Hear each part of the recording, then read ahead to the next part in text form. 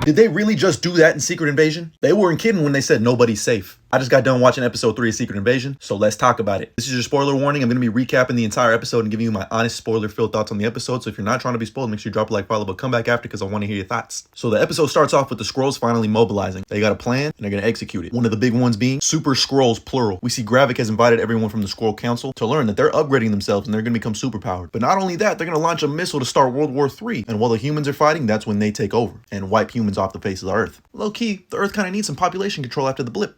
I'm just saying. And we flash back to 1998 with Nick Fury meeting with his wife, and we learn that she's been working for Fury. She even gives him intel on Dreykov, who, if you remember, is that scum of the earth who's trafficking orphan girls to become Black Widows. So that was a cool callback. Then we get a nice poignant conversation between him and his wife. She's basically like, why are we married if you're never even here? He's like, okay, I get the snap, but you came back and you left again. Still some tension here. We then get a scene between Gravik and Gaia, where you tell that Gravik's trying to tell her that there's a mole, and it better not be her. From there, we move to a nice conversation between Gravik and Talos, who's flying solo after Nick Fury called him out. And I love how there's still some respect between the two, that they're willing to meet each other in public and have just a straightforward conversation, given the fact that they are the two previous generals. And it's a pretty interesting conversation that Gravik and Talos have, where Gravik says, look, war's been a part of the humans' history their entire existence, so what he's doing is no different. Basically calling him a bitch. And this man Gravik has like no remorse. But where he needs to start watching his mouth is bringing up Talos' daughter, Gaia, because Talos doesn't take that lightly. But we get that sick ass scene where once he puts his hands on Gravik, everybody in the fucking cafeteria turns into Gravik. But Talos does stab Gravik in the hand, and we learn that Gravik already has superpowers, Extremis, which you'll remember from Iron Man 3. But Gaia is still working with her father. She's the spy within the Skrull rebels, and she gives him information on that nuclear submarine strike. Then we get a nice reunion between Nick Fury and Talos. Still a lot of tension. We get British breakfast slander, so that gives this episode a 10 out of 10 for me. Fury called it a plate of dog food. That shit is funny as fuck. But I do genuinely like the conversations these two are having, because these are lifelong friends, coming at each other's necks, checking each other. And I love when Talos asks Fury that he needs his help and he can't do it without him. Fury doesn't do nothing besides say that, because he truly needs his help. Ben Mendelsohn is stealing the show for me. I don't know about y'all. Fury calls up Sonya Falsworth to get information on a Skrull who's up there in the government. She obliges, being funny as fuck as usual. They infiltrate his house, and then we get into a standoff. I love how Fury knew not to trust that it was Talos on the phone, telling him to come up, and brought the Skrull's son and said, all right, what are we gonna do about it now? This dude obliges. They try to interrogate him, but he's not giving him nothing. And he's really just talking shit to Talos the entire time. But then he brings up Gaia and tells him that she's a weak bitch. Talos kills Buddy. And now the launch strike is about to happen. They don't have no intel. So he asks for Gaia's help again. She checks out dude's memories, helps him. They stop the launch strike. But now Gaia got to get the fuck up out of there. Too bad Gravik intercepts her on her way out and kills her. Or so we think. To be honest, she shows up in other shots in the trailer, so I don't think she's dead. But the real biggest thing that happens in this episode is we go back to Nick Fury's wife. Looks like she's getting back into the spy game, but she's on the phone with Rhodey. And Fury's wife says, I need to talk to Gravik. To Rhodey, who says, nah, you're talking to me now. Rhodey is a Skrull confirmed? Could be, but I think it's a misdirect. All I know is the evidence keeps stacking up against Rhodey. Overall, I really enjoyed this episode. We're finally getting places and shit's heating up. Let me know your thoughts down in the comments below, and as always, like and follow for more.